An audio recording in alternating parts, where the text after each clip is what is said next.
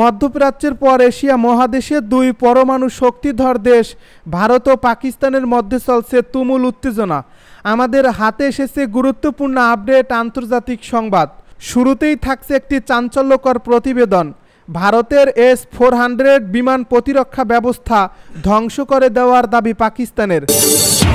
জানিয়ে দিব আরও শক্তিশালী ফাতাহ-2 ক্ষেপণাস্ত্র ছুড়ল পাকিস্তান। এবারে জানিয়ে দিব মোদির গুজরাটেও উড়েছে পাকিস্তানের ড্রোন, বিভিন্ন স্থানে বিস্ফোরণ। আরও জানাবো নিয়ন্ত্রণ রেখায় গুলিতে এক ভারতীয় সেনা নিহত। সব শেষে জানিয়ে দিব ভারতের ঘাঁটিতে উচ্চগতির ক্ষেপণাস্ত্র ব্যবহার করছে পাকিস্তান। এতক্ষণ শুনছিলেন গুরুত্বপূর্ণ আপডেট আন্তর্জাতিক সংবাদের শিরোনাম, এবারে বিস্তারিত। তবে তার আগে অনুরোধ রইল ভিডিওটিতে একটি লাইক এবং কমেন্ট করে জানিয়ে দিন ভিডিও সম্পর্কে আপনার মূল্যবান মতামত। আরও জানিয়ে দিন ভিডিওটি কোথা থেকে দেখছেন বা কোন জেলা থেকে দেখছেন। ভারতের S-400 বিমান প্রতিরক্ষা ব্যবস্থা ধ্বংস করে দেওয়ার দাবি পাকিস্তানের।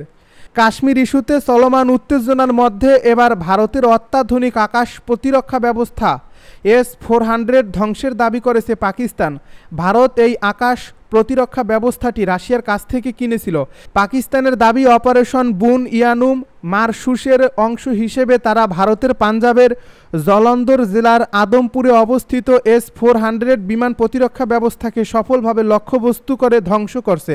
পাকিস্তানের নিরাপত্তা সূত্রের মতে দেশটির বিমান বাহিনী তাদের প্রতিশোধমূলক হামলায় হাইপারসোনিক ক্ষেপণাস্ত্র প্রযুক্তি ব্যবহার করছে, যার মধ্যে একটি JF-17 থান্ডার বিমান গুরুতর আঘাত এনেছে বলে জানা গেছে। S-400 সিস্টেমটি অত্যাধুনিক। এটির মূল্য প্রায় $1.5 বিলিয়ন, যা ভারতের সবচেয়ে মূল্যবান কৌশলগত সম্পদের মধ্যে একটি ছিল। অবশ্য গত মঙ্গলবার রাতে পাকিস্তানে ভারত মিসাইল হামলা চালানোর পর থেকেই একের পর এক দাবি করছে পাকিস্তান। প্রথমে তারা পাকিস্তানের 5টি যুদ্ধ বিমান ভূপাতিত করার দাবি করে, পরে ড্রোন ধ্বংস করার দাবি করে। যদিও এসব দাবির বিষয়ে ভারত এখন পর্যন্ত কিছু জানায়নি, তবে বিবিসি ভারতের রাফাল বিমান ভূপাতিত করার বিষয়টি সত্যতা নিশ্চিত করেছিল। এদিকে শুক্রবার রাতে ভারতের 26টি সামরিক লক্ষ্যবস্তুতে ড্রোন ও আর্টিলারি হামলা চালানোর দাবি করেছে পাকিস্তান। অবশ্য পাকিস্তান এমন দাবি করলেও ভারত এসব দাবির কথা স্বীকার করেনি। এ দাবি ছাড়াও ভারতের শীর্ষস্থানীয় ওয়েবসাইটগুলো হ্যাক করার দাবি করছে পাকিস্তান। তাদের দাবি ভারতীয় এসব ওয়েবসাইটে সাইবার হামলা করছে তারা। যদিও বিবিসি এসব দাবির সত্যতা এখন পর্যন্ত যাচাই করতে পারেনি, আর ভারতের দিক থেকেও এসব বিষয়ে কোনো মন্তব্য আসেনি। তবে ক্ষমতাসীন বিজেপির ওয়েবসাইট ভারতে দেখা যাচ্ছে, যাতে পরিষ্কার এই ওয়েবসাইটটি এখনও সাইবার হামলার শিকার হয়নি। এবার আরও শক্তিশালী ফাতা-2 ক্ষেপণাস্ত্র ছুড়েছে পাকিস্তান। দেশটির দাবি সেই ক্ষেপণাস্ত্র ভারতে সফলভাবে আঘাত হানে। এর আগের দিনের প্রথম প্রহরে ফাতা-1 ক্ষেপণাস্ত্র ছুড়েছিল শাহবাজ শরীফের বাহিনী। ভারতীয় সংবাদ মাধ্যম দ্য ইকোনমিক টাইমসের প্রতিবেদনে বলা হয়, শনিবার পাকিস্তান তাদের সামরিক ঘাঁটিতে ভারতীয় ক্ষেপণাস্ত্র হামলার দাবি করছে। পাকিস্তানের সামরিক মুখপাত্রের মতে ভারত তাদের গুরুত্বপূর্ণ বিমান ঘাঁটি লক্ষ্য করে এই ক্ষেপণাস্ত্র হামলা চালিয়েছে। পাকিস্তান সেনাবাহিনীর মুখপাত্র লেফটেন্যান্ট জেনারেল আহমেদ শরীফ জানান, রাওয়ালপিন্ডির নূর খান ঘাঁটি, চক ওয়ালের মুরিদ ঘাঁটি এবং পাঞ্জাব প্রদেশের ঝাং জেলার রফিকি ঘাঁটিতে ক্ষেপণাস্ত্র হামলা চালানো হয়েছে। এরপর পাকিস্তান কৌশলগত ভারতীয় অবস্থান লক্ষ্য করে তাদের ফাতা-2 ক্ষেপণাস্ত্র নিক্ষেপ করে। তবে ভারতীয় সূত্র সংবাদ মাধ্যমটিকে আরও জানিয়েছে, ফাতা-2 ক্ষেপণাস্ত্র সফলভাবে প্রতিহত করা হয়েছে, যার ফলে তেমন কোনো ক্ষতি সাধন হয়নি। ফাতা-2 হলো পাকিস্তানের তৈরি একটি গাইডেড আর্টিলারি রকেট সিস্টেম। পাকিস্তানের সেনাবাহিনী কর্তৃক 2021 সালের ডিসেম্বরে প্রথম আনুষ্ঠানিকভাবে ক্ষেপণাস্ত্রটি পরীক্ষা করা হয়। এটিকে ফাতা-1 সিস্টেমের একটি আপগ্রেড সংস্করণ হিসাবে বিবেচনা করা হয়, যার পরিসর বর্ধিত এবং আরও নির্ভুল। ফাতা-2 ক্ষেপণাস্ত্রের আনুমানিক পাল্লা প্রায় 250 থেকে 400 কিলোমিটার। এটি প্রচলিত ওয়ারহেড বহন করতে পারে এবং সামরিক অবস্থান, রাডার স্থাপনা এবং সরবরাহ সুবিধাগুলোতে আঘাত করার জন্য ডিজাইন করা হয়েছে। এই ক্ষেপণাস্ত্রটি একটি টার্মিনাল গাইডেন্স সিস্টেম দিয়ে সজ্জিত, যা এটিতে উড্ডয়নের চূড়ান্ত পর্যায়েও তার পথ সামঞ্জস্য করতে সাহায্য করে। এই ক্ষেপণাস্ত্রটি নির্ভুলভাবে আঘাত হানতে ইনারশিয়াল নেভিগেশন এবং স্যাটেলাইট গাইডেন্স ব্যবহার করে। এদিকে ভারতের ভাতিন্ডা বিমান ঘাঁটিতে হামলা চালিয়ে গুঁড়িয়ে দিয়েছে পাকিস্তান। শনিবার সকালে এ তথ্য জানায় জিও টিভি নিউজ। তবে এ ঘাঁটিটিতে ফাতা-2 ক্ষেপণাস্ত্র আঘাত এনেছিল কিনা তা নিশ্চিত হওয়া যায়নি।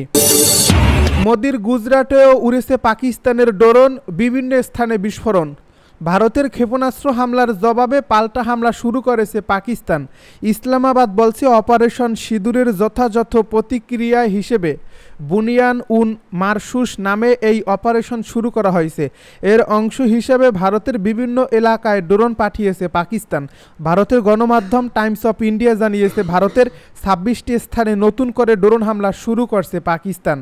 ভারত শাসিত জম্মু ও কাশ্মীর থেকে শুরু করে নরেন্দ্র মোদীর গুজরাটে এসব ড্রোন হামলা হয়েছে। বিবিসি জানিয়েছে ভারত শাসিত কাশ্মীরের শ্রীনগর বিমানবন্দরের কাছে বড় ধরনের বিস্ফোরণের শব্দ শোনা গেছে।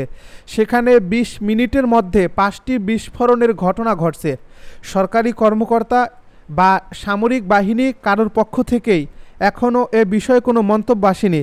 বিবিসির আরেক প্রতিবেদনে বলা হয়েছে ভারত শাসিত কাশ্মীরের উধমপুর এবং পাঞ্জাবের পাঠানকোট এলাকায় বিস্ফোরণের শব্দ শোনা গেছে। এসব এলাকায় ভারতের প্রতিরক্ষা স্থাপনা রয়েছে যেগুলো ধ্বংসের দাবি করছে পাকিস্তান। পাকিস্তান সেনাবাহিনীর দাবি ভারতের অত্যাধুনিক S-400 প্রতিরক্ষা ব্যবস্থা ধ্বংস করা হয়েছে, তবে এই দাবি অস্বীকার করছে ভারত। এছাড়া ভারতের ক্ষমতাসীন বিজেপি সহ দেশটির অনেক ওয়েবসাইটে সাইবার হামলা চালানো হয়েছে। মহারাষ্ট্রের বিদ্যুৎ ট্রান্সমিশন কোম্পানি লিমিটেড ওয়েবসাইটে সাইবার হামলা চালিয়েছে পাকিস্তানি হ্যাকাররা। বিদ্যুৎ মিটার সম্পর্কিত তথ্যসহ ওয়েবসাইটে থাকা বিভিন্ন তথ্য মুছে দেওয়া হয়েছে। মহারাষ্ট্রের কিছু এলাকা বিদ্যুৎ বিচ্ছিন্ন হয়ে পড়ছে বলে উল্লেখ করা হয়েছে জিও টিভির প্রতিবেদনে। জিও টিভি জানিয়েছে পাকিস্তানের এই হামলায় ভারতের বাথিন্ডা বিমান ঘাঁটি ধ্বংস হয়ে গেছে। আরেক খবরে বলা হয়েছে এই হামলায় ভারতের উরি ফিল্ড সরবরাহ ডিপো ধ্বংস হয়ে গেছে। এ প্রতিবেদনে আরও বলা হয়েছে ভারতের একটি সামরিক স্যাটেলাইট আটকে দিয়েছে পাকিস্তান বিমান বাহিনী। স্যাটেলাইটটি এখন অকার্যকর অবস্থায় রয়েছে বলে দাবি করা হয়েছে। ভারতীয় গণমাধ্যমের বরাত দিয়ে জিও টিভি আরও জানিয়েছে ভারতের শীর্ষা বিমান ঘাঁটি ধ্বংস করে দিয়েছে পাকিস্তান। এছাড়া রাজৌরিতে ভারতীয় সামরিক গোয়েন্দা প্রশিক্ষণ কেন্দ্র ধ্বংসের দাবি করছে ইসলামাবাদ। এর আগে ইসলামাবাদ দাবি করে রাওয়ালপিন্ডি, সাকওয়াল এবং শোরকোটে বিমান ঘাঁটিতে হামলা চালিয়েছে ভারত। দেশটির দাবি এসব হামলা প্রতিহত করা হয়েছে এবং কোনো বিমানের ক্ষয়ক্ষতি হয়নি। নিয়ন্ত্রণ রেখায় গুলিতে এক ভারতীয় সেনা নিহত। পাকিস্তানি বাহিনীর সঙ্গে নিয়ন্ত্রণ রেখাতে গোলাগুলির সময় শহীদ হয়েছেন ভারতীয় সেনাবাহিনীর এক জওয়ান মুরলী নায়েক। বৃহস্পতিবার রাতের এই ঘটনা ঘটে। গোরানতলা পুলিশ সূত্রে জানা গেছে শহীদ মুরলী নায়েক ছিলেন রাম নায়েকের পুত্র। উত্তেজনাপূর্ণ নিয়ন্ত্রণ রেখায় দায়িত্ব পালনের সময় পাকিস্তান ভারত গোলাগুলির সময় তিনি নিহত হন। এ হামলায় মারাত্মক আহত হন মুরলী।